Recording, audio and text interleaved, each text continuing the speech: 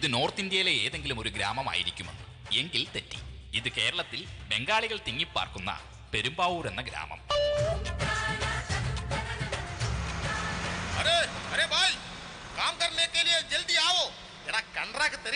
വന്ന് കേറ്.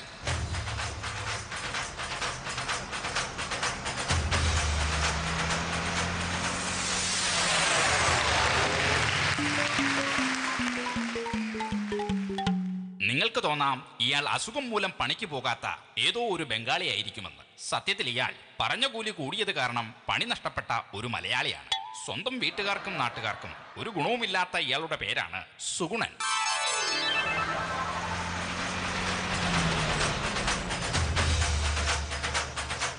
നിങ്ങൾ കരുതും ഇത് ബംഗാളിയെയും കൊണ്ടുപോകുവാനുള്ള വണ്ടിയായിരിക്കുമെന്ന്. എങ്കിൽ നിങ്ങൾക്ക് വീണ്ടും തെറ്റി. സുഗുണോ, നീ വരുന്നില്ലയോ? എവിടേക്ക്? എടാ, മുഖ്യമന്ത്രിയുടെ ജനസമ്പർക്ക പരിപാടി. ഒരു ദിവസം കൊണ്ട് റേഷൻ കാർഡ്. ഇത് കേട്ടതും സുഗുണൻ ഇങ്ങനെ ചിന്തിച്ചു. ഒരു ദിവസം കൊണ്ട് റേഷൻ കാർഡോ? അപ്പൊ എനിക്കും കിട്ടുമല്ലോ ഇനി ഒരുപാട് അരി. ആ വാർത്ത കേട്ട് സുഗുണൻ തുള്ളിച്ചാടി.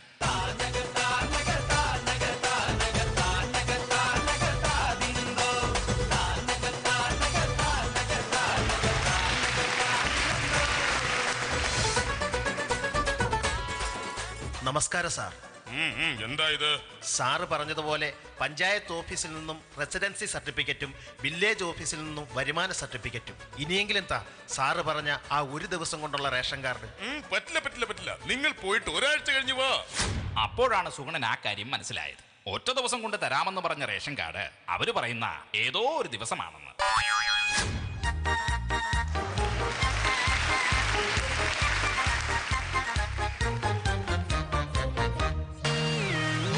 ഈ നടത്തം നിങ്ങൾ ഒളിമ്പിക്സിൽ നടന്നിരുന്നെങ്കിൽ ഇന്ത്യക്കൊരു സ്വർണം കിട്ടിയേനെ. എന്ത് പറയാനാ, റേഷൻ കാർഡും കിട്ടിയില്ല, ഒരുപാട് അരിയും കിട്ടിയില്ല.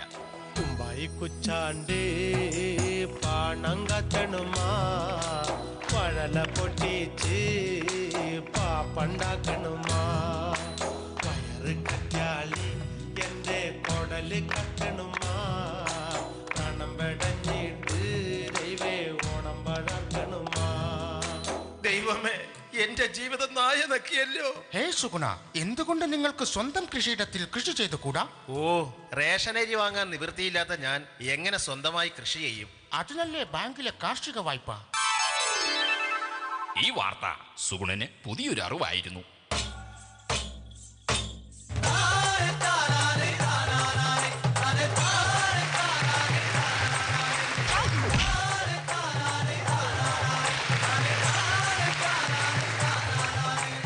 ബാങ്കിൽ നിന്നും വായ്പ കിട്ടിയ സുഗുണന്റെ കൃഷി പ്രതീക്ഷിച്ചതിലും കൂടുതൽ വിളവ് കണ്ടു.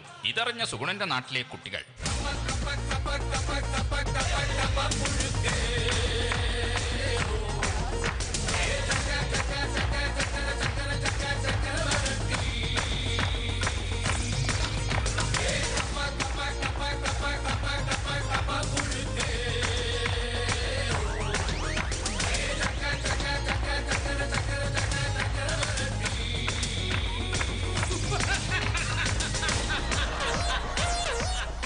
സന്തോഷം അധിക സമയം നിലനിന്നില്ല. അപ്രതീക്ഷിതമായ കാറ്റും മഴയും അവന്റെ വിളകൾ നശിപ്പിച്ചു.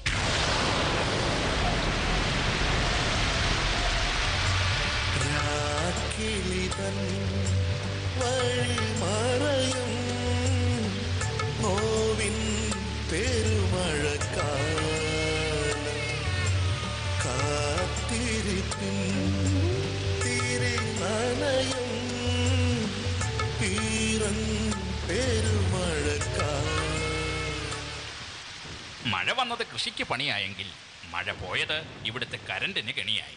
ഇതൊക്കെ കണ്ട സുഗുണൻ ആ പരസ്യവാചകം അറിയാതെ ഓർത്തു.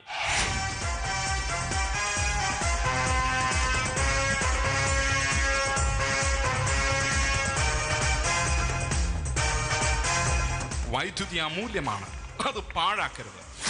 ഇങ്ങനെ പറഞ്ഞ നടൻ പിന്നീട് കരണ്ടിനെ കുറിച്ച് ഇങ്ങനെ തിരുത്തി പറഞ്ഞു. പോയി വന്നു. മാറി വന്ന കാലാവസ്ഥ സുഗുണന്റെ മാനസികാവസ്ഥ തകർത്തു.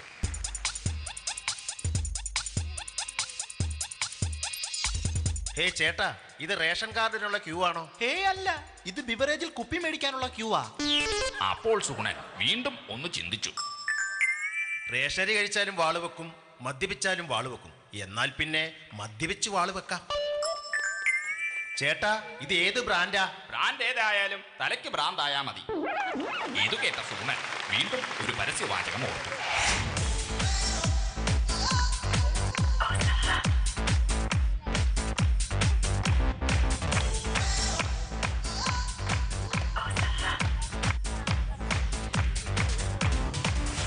ഒരായിരം സംസ്കാരങ്ങൾ, ഒരേയൊരു വികാരം. കേരള ബിവറേജ് കോർപ്പറേഷൻ, ഒരു കേരള സർക്കാർ സ്ഥാപനം. ഒരു തെരഞ്ഞെടുപ്പ് അടുക്കുന്ന സമയത്ത് വിലയുള്ള നോട്ട്. ഈ നോട്ട് ചുടുമനസിന്റെ നിറമുള്ള മഷി കൊണ്ട് വിധിയിട്ട ചീട്ട്. ചുമ്മാതെ കളയരുതമ്മിണിയെ, പുതു സമ്മാനമാക്കൂ സോദരിയെ. അന്ന് നമ്മുടെ ഭാരതം ഒരു കൊടിക്കീഴിലാകാൻ കൊതിച്ചു. എന്നാൽ ഇന്ന് ഓരോരുത്തർക്കും ഓരോരോ കൊടികൾ. ഞങ്ങള് കൊന്നിട്ടുണ്ട്, ഇനിയും കൊല്ലും. ഒരാളെ വെടിവെച്ചു കൊന്നു, ഒരാളെ കുത്തിക്കൊന്നു, ഒരാളെ തല്ലിക്കൊന്നു, ഇനിയും കൊല്ലും. കൊല്ലുന്നവരെയും കൊല്ലിക്കുന്നവരെയും നാട്ടിൽ എന്തിനിങ്ങനെ ജീവിക്കണം?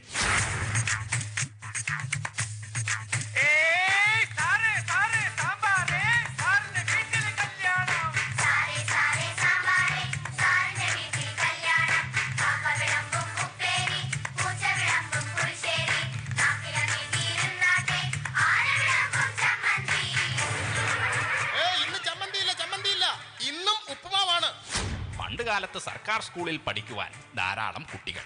എങ്കിൽ ഇന്ന് എല്ലാവരും മാനേജ്മെന്റ് സ്കൂളുകളിലേക്ക്.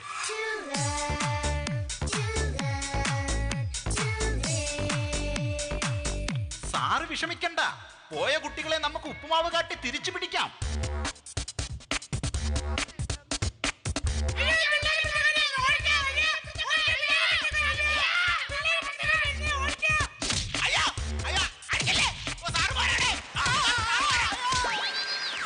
പണ്ടുകാലത്ത് ഉപ്പുമാവ് തിന്നുവാൻ അധ്യാപകരും കുട്ടികളും ഉണ്ടായിരുന്നു. എന്നാൽ ഇന്ന് ഉപ്പുമാവ് തിന്നാൻ അധ്യാപകർ മാത്രം.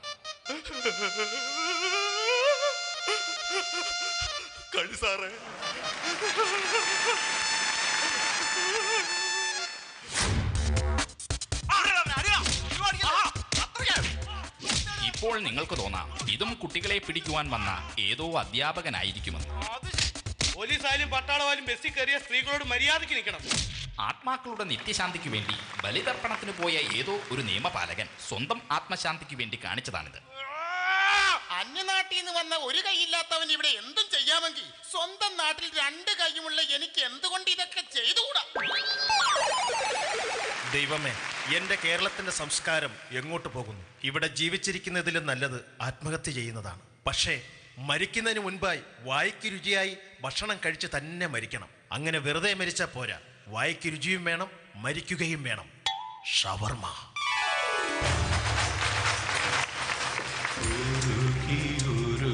ഉരുകിയെരിയുമീ മെഴുതിരികളിൽ അഴലിനിരുളിലിടറുമീ തരമിഴികളിൽ മധുരിതമായി പകരുകില്ലേ ഹൃദയ സാന്ത്വനഗീതം, സുഖദ സാന്ത്വനഗീതം. അങ്ങനെ ജീവിതത്തിൽ ആദ്യമായി സുഗുണൻ ഷവർമ കഴിച്ചു. അങ്ങനെ ജീവിതത്തിൽ ആദ്യമായി സുഗുണൻ മരിക്കുകയും ചെയ്തു. ഞങ്ങളുടെ കോളേജിന് ഈ ഡെഡ് ബോഡി പഠിക്കാൻ വേണം 10 lakhs rupees. ഞങ്ങൾക്ക് ഇത് വേണം 15 ലക്ഷം. ഞങ്ങൾക്കും ഇത് വേണം 20 ലക്ഷം. അങ്ങനെ വിട്ടാൻ പറ്റത്തില്ല. ജീവിച്ചിരുന്നപ്പോൾ ചോദിക്കുവാനും പറയുവാനും ആരുമില്ലാതിരുന്ന സുഗുണൻ മരിച്ചപ്പോൾ ചോദിച്ചു മേടിക്കുവാൻ ധാരാളം പേർ. ലേലത്തിൽ ജയിച്ചവർ സുഗുണന്റെ മൃതശരീരവുമായി ആനന്ദ നൃത്തമാടി.